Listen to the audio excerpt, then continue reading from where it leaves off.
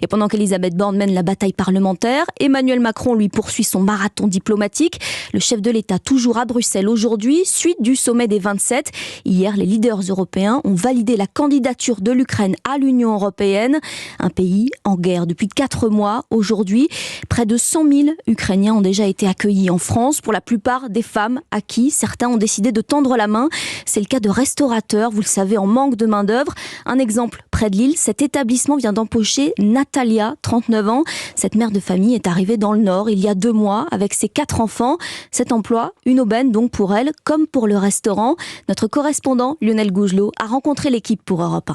En un peu plus d'un mois, Natalia est devenue indispensable en cuisine. Donc Natalia aide à la plonge, est un peu commis de cuisine pour éplucher les légumes, aider le chef et le second. Une bénédiction pour Anne-Sophie Van Esbroek qui a embauché la jeune femme ukrainienne en urgence après la démission de son employée française. Aide énormément précieuse car malheureusement depuis le confinement et le Covid, on ne trouve plus de personnel en cuisine. Logée dans un centre d'accueil de la commune, Natalia ne parle ni français ni anglais, mais pour les tâches qu'on lui confie, cela ne pose aucun problème. Non, grâce à Google Traduction, c'est nickel. Après, avec les mimes, les gestes, tout va bien, quoi.